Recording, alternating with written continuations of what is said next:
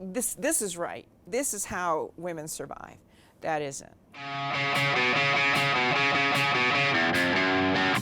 You have a new podcast. Yes, ma'am. Coming out Yes, called The Plot Thickens. Yes. I started to listen to it last night. It's fantastic. Well, thank you. Yeah. You're going to be moved by it. I pulled all the stops out. Yeah. You don't know how you affect people, audiences. Did you anywhere. really not know No. that you had that effect on people? Not at all. I live in a bubble, and I don't think about how or what people think of me. If they had, as growing up, I probably would not have come this far. Women had so many obstacles, you know, so a patriarchal society.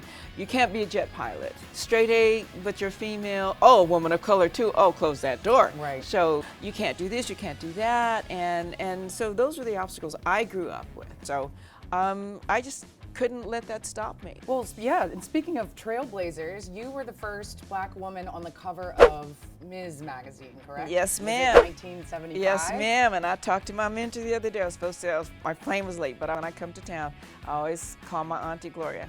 How did you guys meet? What's your relationship like with Gloria Steinem? She put me on the cover of Ms. and was ostracized, saying it's not going to sell. It's a black woman. There's no audience. They're not going to read it. It's sold out within hours. Talk to me a little bit about the brown nipple movement. It was when I first did a nude scene in Coffee, and black women nudity wasn't really open, appreciated. It was almost voodoo, was against life, you know, form, Taboo. vulgar, taboo.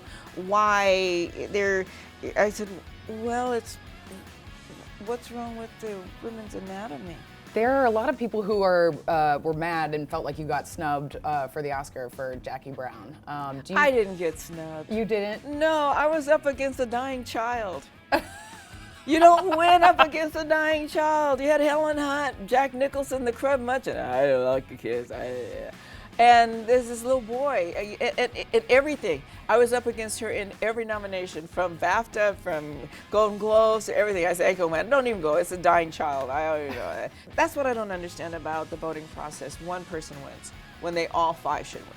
Because Right. we all breathe differently. All our stories are so different and uniquely, and go, you know, through, have a pinnacle, have an arc that's so incredible. That's why they're nominated, but they all should win. Do you have any parting feminist words for the new generation of women? Enjoy your power.